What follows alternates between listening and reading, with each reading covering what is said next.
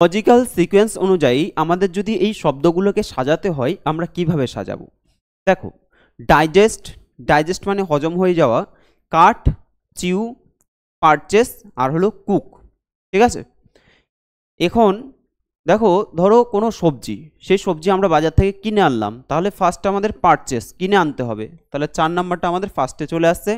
এবার সবজিটা কিনে আনার পর তারপরে আমরা সেটাকে কি করব, কাটবো। সেটাকে আমরা কি করব, কাটবো, কাট। আচ্ছা, কাটার পরে কি করব, সেটাকে আমরা রান্না করব, তাই তো? সেটাকে আমরা রান্না করব, অর্থাৎ এখানে আমাদের 5 নাম্বার হয়ে যাচ্ছে।